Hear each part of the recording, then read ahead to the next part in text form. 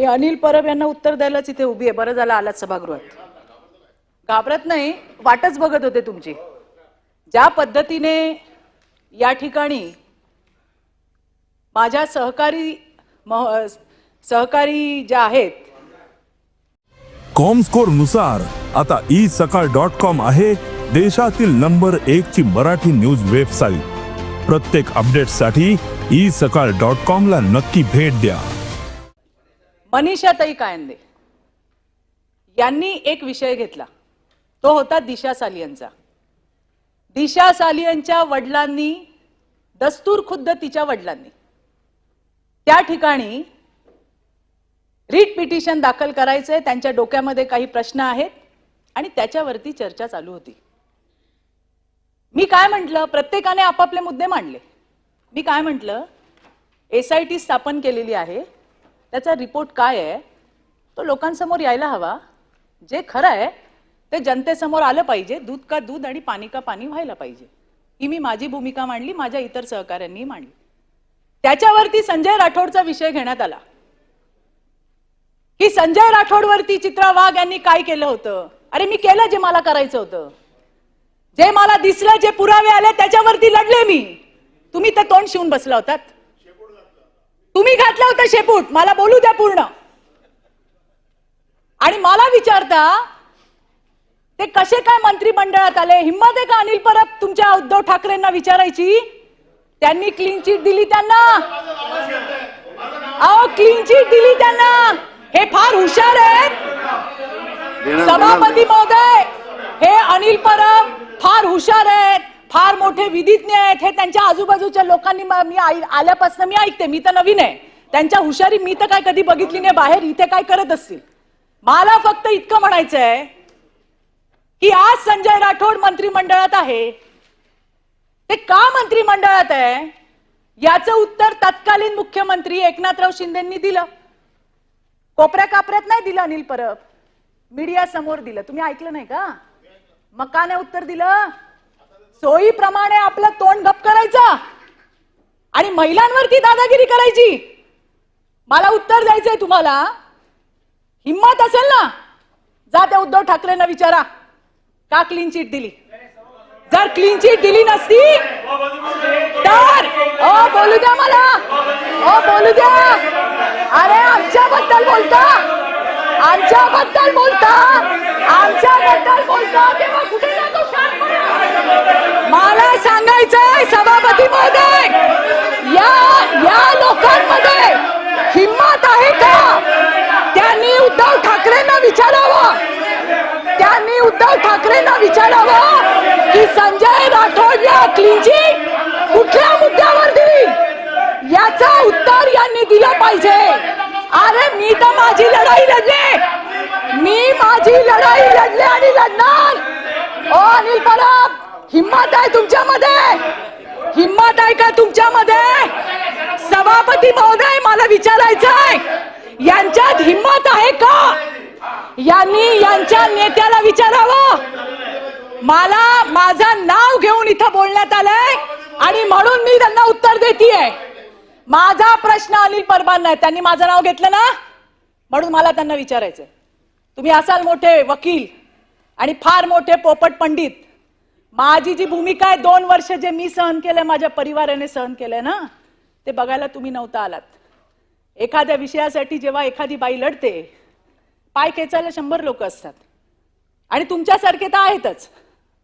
आणि आज असू देत की तुम्हालाच उत्तर देते मी. घाबरत नाही तुम्हाला. तुमच्यासारखे 56 पायाला बांधून फिरते चित्रा वाघ. समजलं काय? सांगते तुम्हाला. आणि इथे काय असे वशिल्याने आलेलो नाही आहोत, हे पण सांगते तुम्हाला. आणि म्हणून मला सांगायचंय की हिम्मत असेल तर यांनी विचारावं उद्धव ठाकरेंना का घेतला त्याचा, का त्याला तुम्ही क्लीन चिट दिली. यांनी क्लीन चिट दिली नसती तर आज ते जे म्हणतात ना ते झालं नसतं. काही नाही मिळालं, आमच्या घरादारावर येतात, सगळं संपलं. आणि जाता जाता काय म्हणले, तिच्या नवऱ्याला पकडलं. अरे आम्ही त्या ठिकाणी लढाई लढलो, आम्ही जिंकलो. माझा नवरा तिकडे सगळ्यातनं निर्दोष मुक्तता झाली. मला फक्त एवढं म्हणायचं विषयावरती मी का बोलते? मी का बोलली? प्रवीण भाऊ, मला सांगायचंय गटनेत्यांना, तुम्ही नव्हतात. या अनिल परबांनी असं सांगितलं की संजय राठोडला चित्रा वाघांनी जी लढाई केली ती कशी केली आणि तिला न्याय कसा दिला. अरे मी तर लढतच होते. यांच्या नेत्याने क्लीन चिट दिली. हिम्मत असेल ना तर त्यांना विचारा, किंवा ते आले सभागृहात तर मी विचारेन तुमच्या समोर, कारण मी ती लढाई लढली आहे. मी त्याच्यानंतर कोर्टात सुद्धा माझी भूमिका मांडली. मी माझा स्टँड घेतला. क्लीन चिट कोणी दिली, कोणी मंत्री केलं ते सोडून द्या, पण त्या पोरीसाठी ती माझी कोणी लागत नाही ना, माझ्या जातीची लागत ना, पातीची लागत ना, कोण लागत. जे समोर आलं त्याच्यावर मी माझी भूमिका मांडली. मी त्याच्यावरती कायम राहिले. मी कोर्टात सुद्धा गेले. परवा त्या पोरीचे वडील आले कोर्टात आणि त्यांनी सांगितलं मला अजून 3 मुली आहे. मला वाईट वाटलं की 2-3 वर्ष मी हा लढा दिलाय. मी काय नाही सहन केलं, माझ्या परिवाराने काय नाही सहन केलं. यांचे चेले चपाटे यांनी काय कमी त्रास दिला? तो सगळा सहन केला. कशासाठी? एका मुलीला न्याय द्यायला पाहिजे, एका मुलीला न्याय मिळाला पाहिजे. पण यांच्या सरदाराने क्लीन चिट देऊन टाकली, विषय संपवून टाकला. तरी पण मी लढत होते. आणि जाता जाता पुन्हा काय म्हणले?